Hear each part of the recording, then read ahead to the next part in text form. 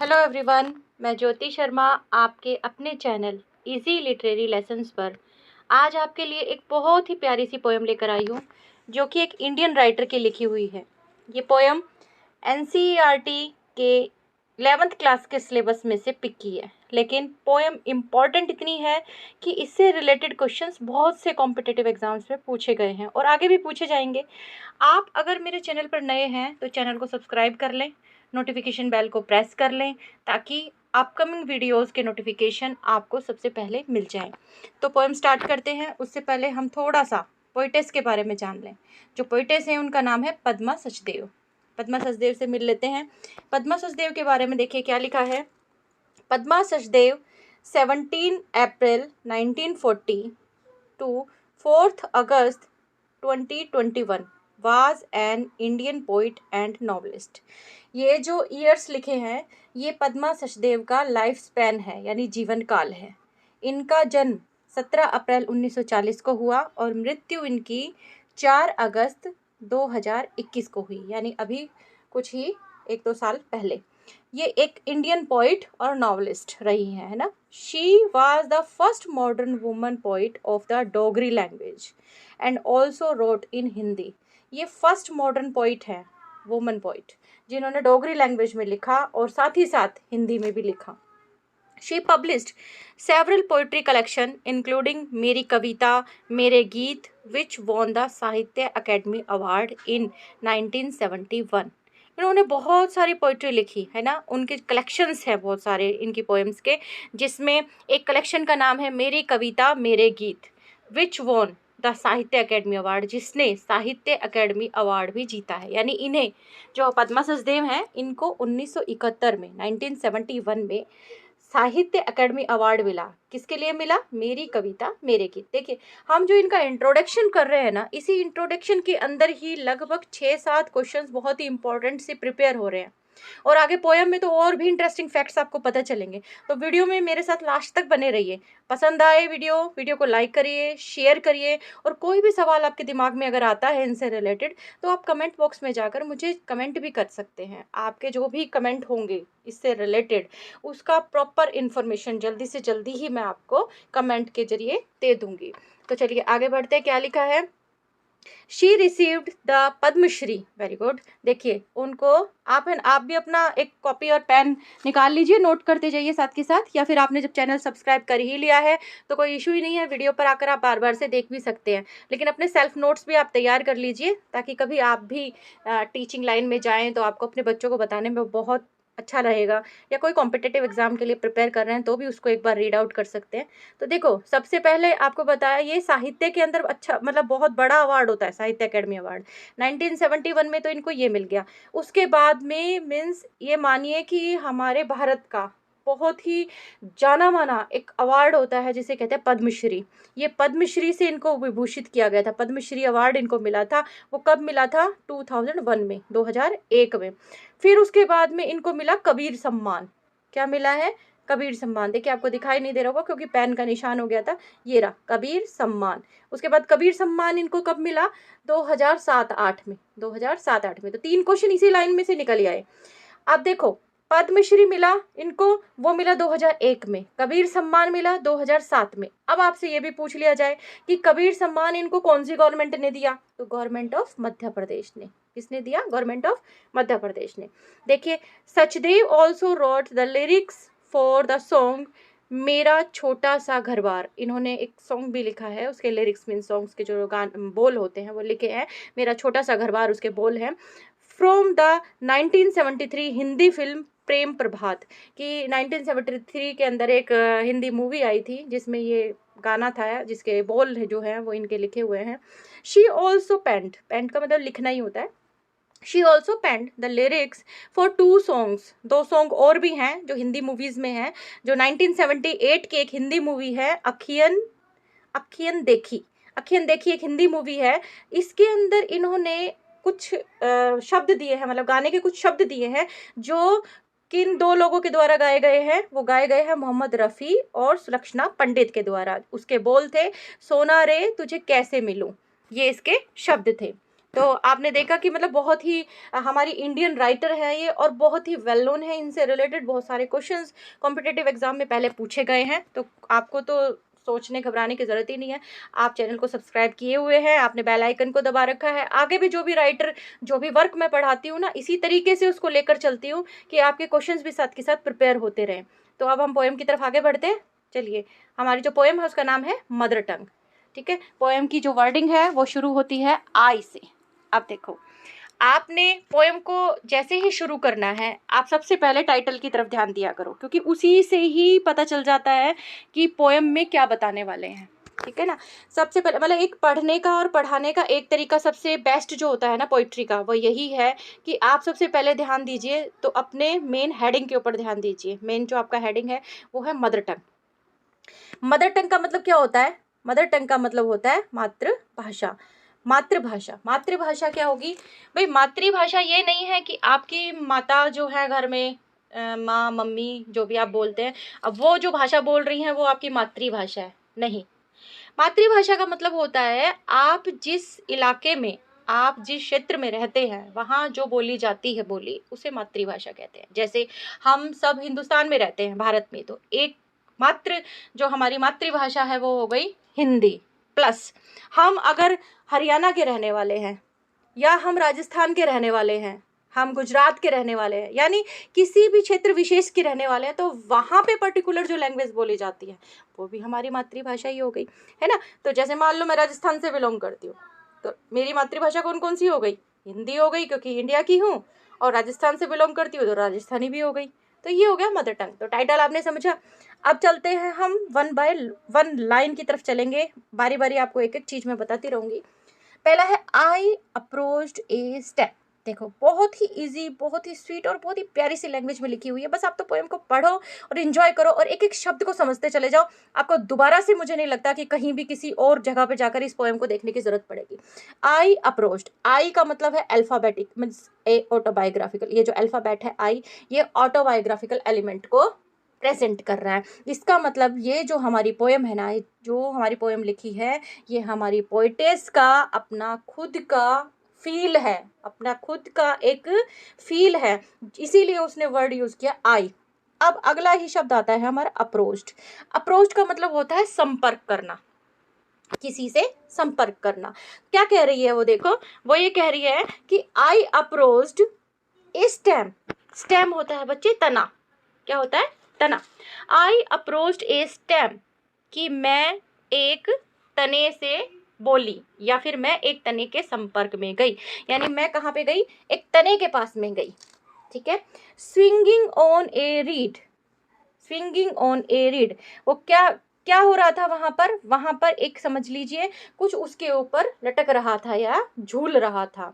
And वो क्या झूल रहा था? देखो आगे बताएंगे। एंड आस्क्ड हिम, और मैंने उससे पूछा, किससे? उस तने से पूछा, to give me a quill, क्या तुम मुझे क्विल दोगे? क्विल क्या होती है? देखो आपने टीवी सीरियल्स वगैरह में और जैसे भी कहानी किताबों के अंदर भी आपने फोटो वोटो में भी देखा होगा, इस तरीके का ये देखा होगा। पहले के ज़माने में ये पेन तो होते नहीं थे, रिफिल वगैरह डलती है जिसके अंदर इंक विंक डल जाती है, वो पेन तो होते नहीं थे।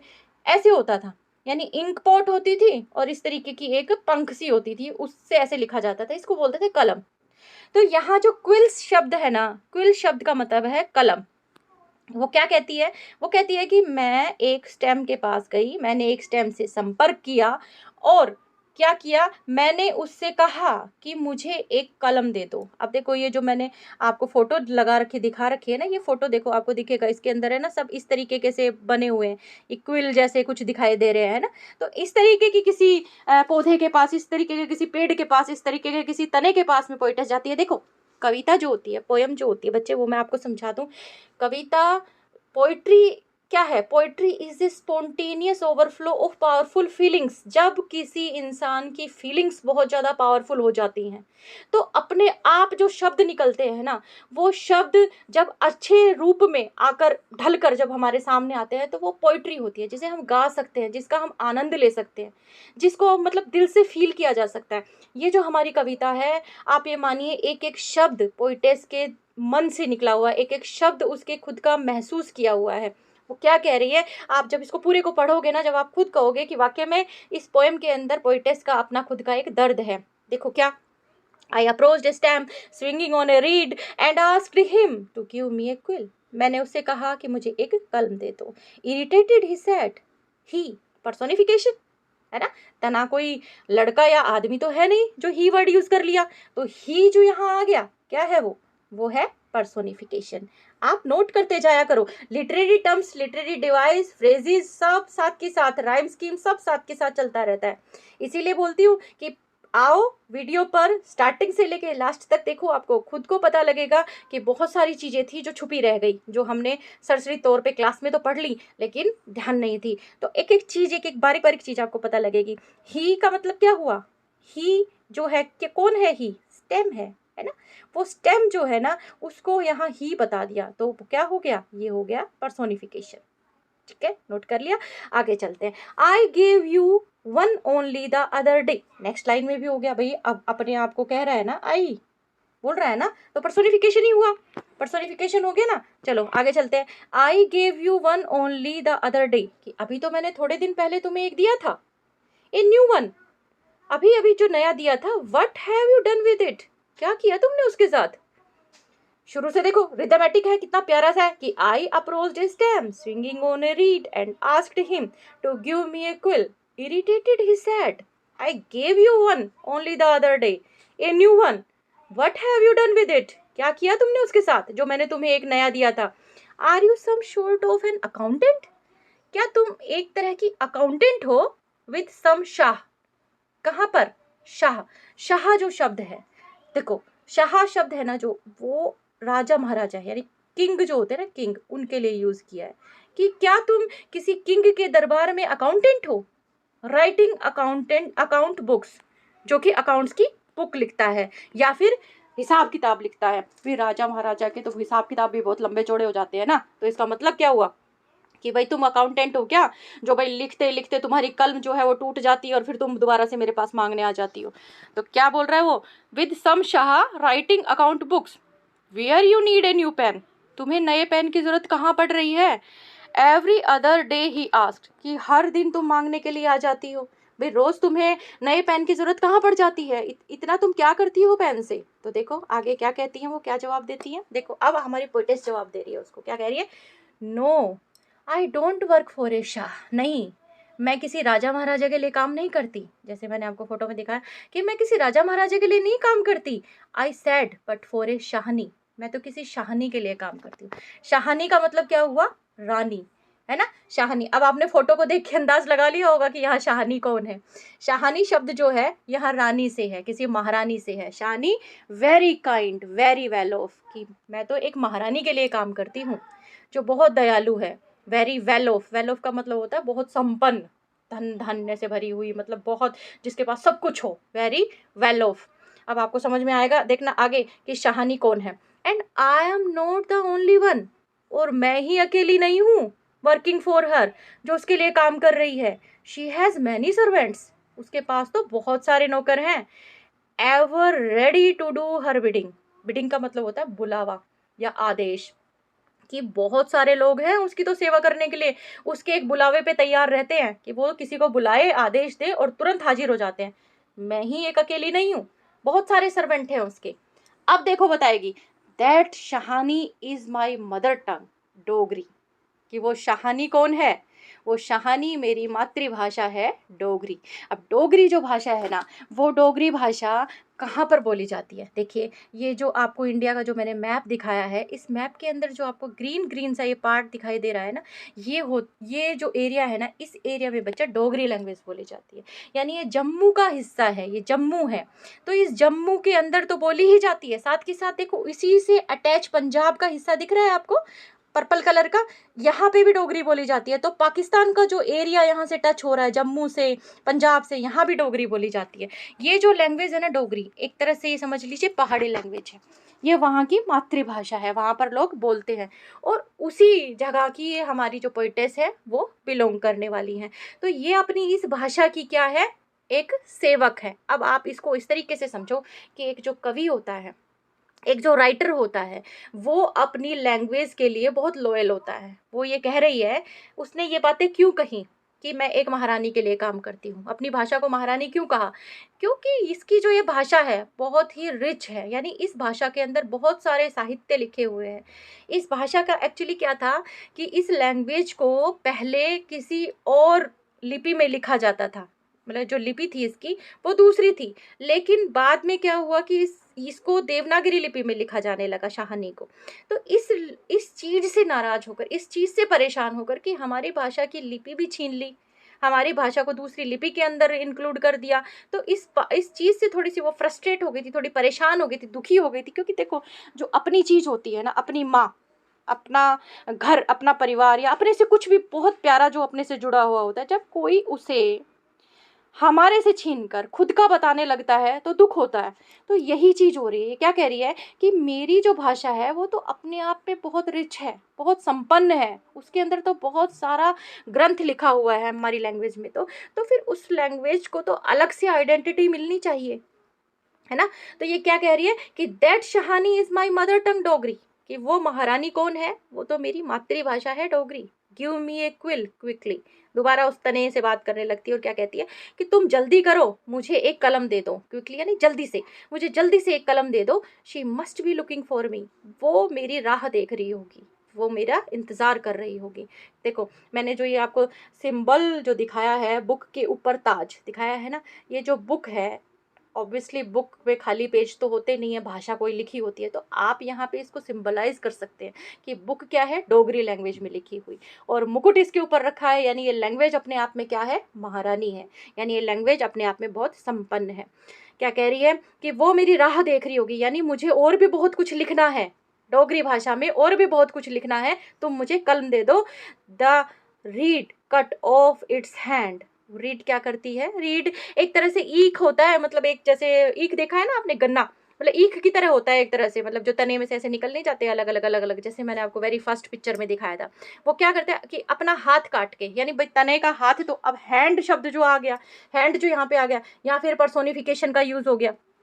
हैंड तो होता नहीं है, पेड़ के पौधे के कोई हाथ तो होता नहीं, यहाँ हाथ होता है किसका? इंसान का, है ना, या फिर किसी जानवर का। तो अगर पर्सन से रिलेटेड क्वालिटी, किसी भी पेड़ की, पौधे की, किसी भी अन मीन्स आप ये कहो ना कि जिसके अंदर फील ही नहीं है, ऐसे ऑब्जेक्ट के साथ में अगर तुलना की जा रही है तो वहाँ पर्सोनिफिकेशन आ जाता है।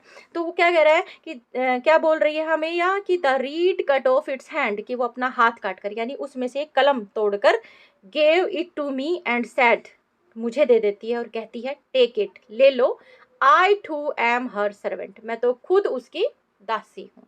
यानी वो जो अभी तक जो तना उससे बहस कर रहा था, अभी तक जो उसे देने से मना कर रहा था, अभी तक जो उससे ये बोल रहा था कि तुम बार बार कलम किसके लिए लेके जा रही हो, वो खुद इस चीज़ को स्वीकार कर लेता है, वो कलम देते हुए कि तुम कलम ले जाओ और लिखो, मैं तो खुद इस भाषा का ही प्रेमी हूँ। यानी तुम इस भाषा में लिखो, ये भाषा अपने आप में बहुत संपन्न है। आपने इस वीडियो को बहुत ही ध्यान से देखा, उसके लिए बहुत बहुत धन्यवाद। वीडियो को पसंद आया तो वीडियो को लाइक कीजिए, शेयर कीजिए, चैनल को सब्सक्राइब कीजिए। Thank you very much.